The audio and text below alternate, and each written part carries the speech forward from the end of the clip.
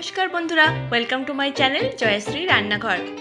এই উত্তপ্ত গরমে কিন্তু একটু রিফ্রেশমেন্ট সবারই ভালো লাগে, কিন্তু তার জন্য আমাদের রেস্টুরেন্টে গিয়ে কিছু অর্ডার করতে হবে না।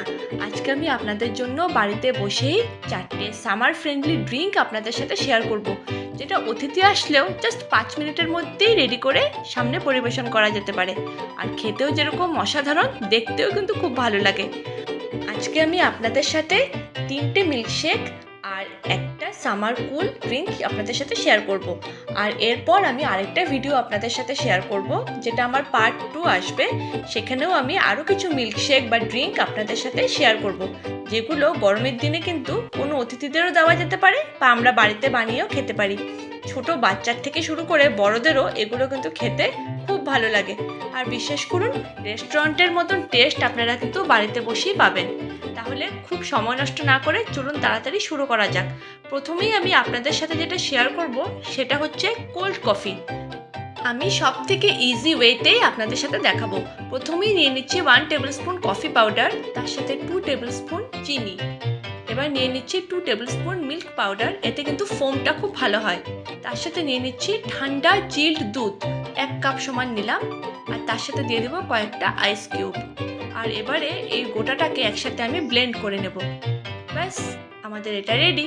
এবারে আমি চকলেট সিরাপ ইউজ করব গ্লাসটাকে ডেকোরেশন করার জন্য।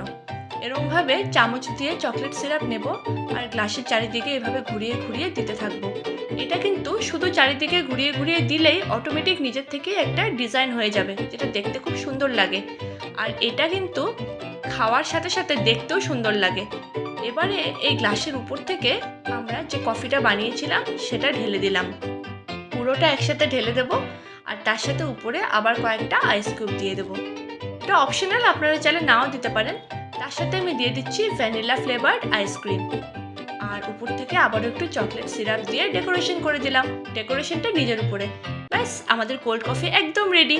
এটা অনেক রকমভাবে বানানো যায়, বাট আমি ইজিয়েস্ট ওয়েটা আপনাদের সাথে শেয়ার করলাম। এবার আমি আরেকটা ড্রিঙ্ক বানানোর জন্য প্রথমেই ভ্যানিলা আইসক্রিম নিয়ে নিলাম একটা ব্লেন্ডারে, তার সাথে নিয়ে নিলাম 2 টেবিল স্পুন চিনি। এবার নিয়ে নিচ্ছি টুকরো টুকরো করে কেটে নেওয়া আম। গরমের দিনে কিন্তু আম খেতে সবারই ভালো লাগে, তাই এবার আম দিয়ে একটা ড্রিঙ্ক শেয়ার করব। তার সাথে নিলাম 3 tablespoon condensed milk, 1 cup chill ঠান্ডা দুধ। আর এবার এটাকে একসাথে ব্লেন্ড করে নিলাম। পুরোটা সুন্দর হয়ে ব্লেন্ড হয়ে যাওয়ার পর আমি একটা এয়ার টাইট কন্টেনারে এরকমভাবে পুরোটা ঢেলে দিলাম। আর তারপরে উপর থেকে কিছু চপড আম আমি দিয়ে দিলাম। পাকা আম নিশ্চয়ই এরকমভাবে দিয়ে দেবো। তার সাথে দিয়ে দিলাম কয়েকটা কাজু, তার সাথে দিয়ে দেবো কয়েকটা কিশমিশ। এগুলো গার্নিশিংটা নিজের উপর যে যার ইচ্ছা মতো করতে পারে। তার সাথে দিলাম কিছু চপড চেরি। আর এবার এটাকে 7 থেকে 8 ঘন্টার জন্য রেফ্রিজারেটরে বরফ করার জন্য রেখে দেবো। এটা কিন্তু খুব সুন্দর আইসক্রিম হয়ে যাবে। 7 ঘন্টা পর আমি একটা গ্রাইন্ডারে আবারও কিছুটা টুকরো করে নেওয়া আম, দুধ আর তার সাথে সামান্য পরিমাণে চিনি, 2 টেবিল স্পুন মতন চিনি দিয়ে দিলাম। আর এটাকে আবারও আমরা ব্লেন্ড করে নেব। হয়ে গেল আমাদের স্মুদিটা রেডি। এবারে একটা গ্লাস নেব, তাতে কয়েকটা আইস কিউব দিয়ে দেবো আর স্মুদিটা উপর থেকে এরমভাবে পুরোটাই ঢেলে দেবো। পুরোটা ঢেলে দেওয়ার পর আমরা 7 ঘন্টা পর যে আইসক্রিমটা রেডি করে রেখেছিলাম, এটা কিন্তু দেখুন খুব সুন্দরভাবে আমাদের পড়ে গেছে। এইভাবেও বাড়িতে কোনো অতিথি আসলে বা নিজেরাও এরকমভাবে প্লেটে করে এটা খাওয়া যেতেই পারে। দেখুন খুব সুন্দরভাবে কিন্তু আমাদের এটা জমে গেছে। এবারে এটাকে আমরা এরকমভাবে তুলে যে স্মুদিটা রেডি করেছিলাম ওটার উপরে এভাবে উপর থেকে আইসক্রিমটা দিয়ে দিলাম। আর তারপর এটার উপরে আমি গার্নিশিংয়ের জন্য দিয়ে দিলাম সামান্য একটু ডেসিকেটেড কোকোনাট। তার সাথে আমি এবার দিয়ে দেবো কয়েকটা টুকরো টুকরো করে নেওয়া আম। এবারে এই আমগুলোর উপর থেকে আবারও একটু ডেসিকেটেড কোকোনাট দিয়ে দেবো। আর এটাকে কালারফুল করার জন্য উপর থেকে আমি দিয়ে দিলাম চপড চেরি। ব্যাস, দেখতে কিন্তু খুবই সুন্দর লাগছে আর এটা খেতেও কিন্তু অসাধারণ লাগে। আপনারা বাড়িতে একবার ট্রাই করুন, আম দিয়ে এই ড্রিঙ্কটা অসাধারণ খেতে। এবার থার্ডটা খুব ইজি। এটার জন্য একটা গ্লাসে আমি প্রথমে নিয়ে নিলাম আইস কিউব, তারপর দিয়ে দেবো 3 টেবিল চামচ মতন লেমন জুস বা লেবুর রস, 1 চামচ দিয়ে দিলাম বিট নুন, তার সাথে দিয়ে দিলাম সিম্পল সিরাপ। সিম্পল সিরাপ বলতে আপনারা চিনি জলে গুলেও দিতে পারেন। আর তার সাথে আমি এবার দিয়ে দিলাম কোকোনাট ওয়াটার। আর এটা এবার উপর থেকে কিছু কোকোনাট পাল্প আমরা দিয়ে দেব। কোকোনাট পাল্প বলতে ডাব খাওয়ার পর যে ডাবের শাঁসটা থাকে, আমি এখানে সেই শাঁসটাই দিয়েছি। এটাকে উপর থেকে দিয়ে দেবো, আর এটাকে আমরা একটা চামচ দিয়ে ভালো করে নাড়াচাড়া করে নেব, যাতে সুন্দরভাবে সবটা গুলে যায়। ব্যাস, আমাদের কোকোনাট লেমনেড একদম রেডি। এটা কিন্তু খুবই স্বাস্থ্যকর একটা ড্রিঙ্ক, কারণ গরমের দিনে লেবু আর ডাবের জল দুটোই খুবই উপকারী।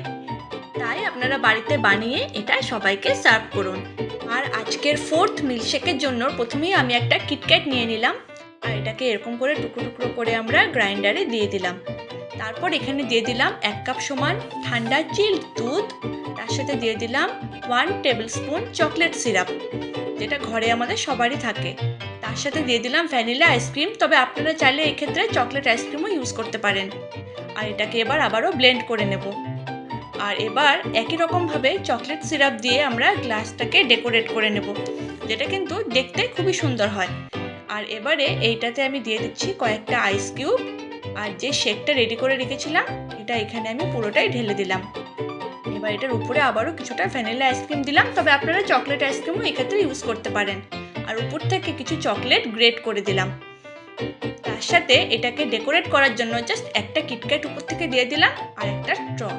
ব্যাস, বাড়িতে আপনারা এই কিটক্যাট শেকটা এনজয় করুন। এটা কিন্তু ছোট বাচ্চাদেরও খুব পছন্দের একটা খাবার। তাহলে এই সামারে আপনারা এই ড্রিঙ্কগুলো বাড়িতে বানান। কোনটা বেশি ভালো লাগে সেটা আমাকে অবশ্যই কমেন্টে জানাবেন। যদি আমার ভিডিওটি ভালো লেগে থাকে, পরিচিত সবার সাথে শেয়ার করবেন। আপনারা নিজেরা করে খান এবং সবাইকে করে খাওয়ান। যদি ভিডিওটি ভালো লেগে থাকে তাহলে আমার চ্যানেলকে সাবস্ক্রাইব করবেন। Thank you.